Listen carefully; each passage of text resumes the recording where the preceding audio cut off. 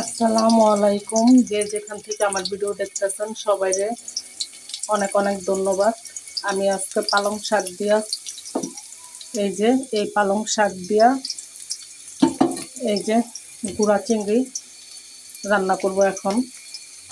তো দেখতে থাকেন।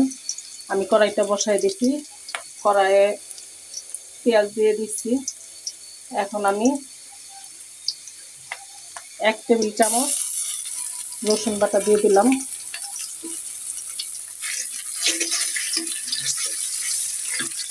দিয়ে দিলাম হলুদ। আমি এটাতে বেশি জাল দিব না, দিয়ে দিলাম অল্প একটু মরিচের গুঁড়া।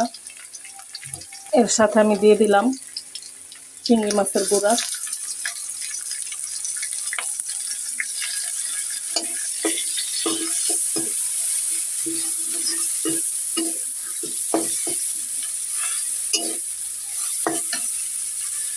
দিয়ে দিলাম পরিমাণ মতো লবণ। লবণ আমি 4 চামচের 1 চামচ দিচ্ছি।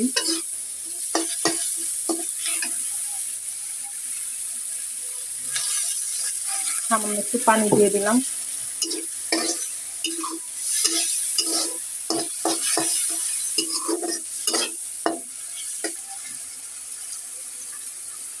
দিয়ে দিলাম কুচি করা আলু।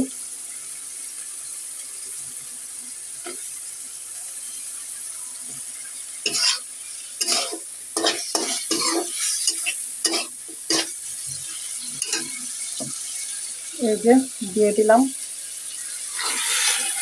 দিয়ে রাখা পালং শাক।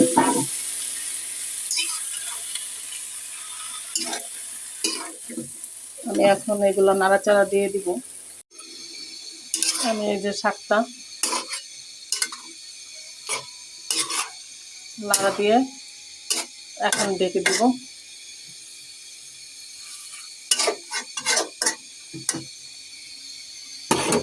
এখন আমি ঢেকে দিব। দেখি আমার তরকারি কি হয়েছে নাকি।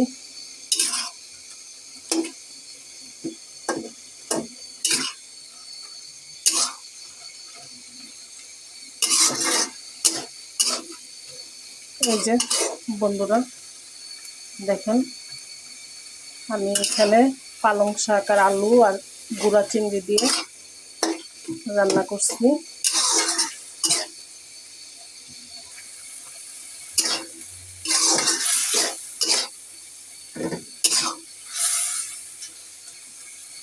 এই যে আমার পালং শাক তরকারিটা হয়ে গেছে। আমি চুলাটা অফ করে দিতেছি। এই যে ভাই ও বোনেরা দেখেন, পালং শাক দিয়ে আমার চিংড়ি মাছ মাশাআল্লাহ কত সুন্দর হয়েছে। আপনারাও এরকম গুঁড়া চিংড়ি দিয়ে রান্না করে খাবেন, খেতে খুবই মজা লাগে। আর রান্না করে খেয়ে আমাকে কমেন্টে জানাবেন আসলে কেমন হয়েছে। আমার কাছে তো খুব ভালো লাগছে, আপনাদের কাছে কেমন লাগে সেটা আমাকে জানাবেন। তো আজকে এইখানেই বিদায় নিতেছি। আবার নতুন কোনো ভিডিও নিয়ে আপনাদের মাঝে আসব।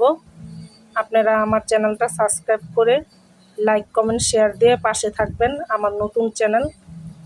আল্লাহ হাফেজ। আসসালামু আলাইকুম।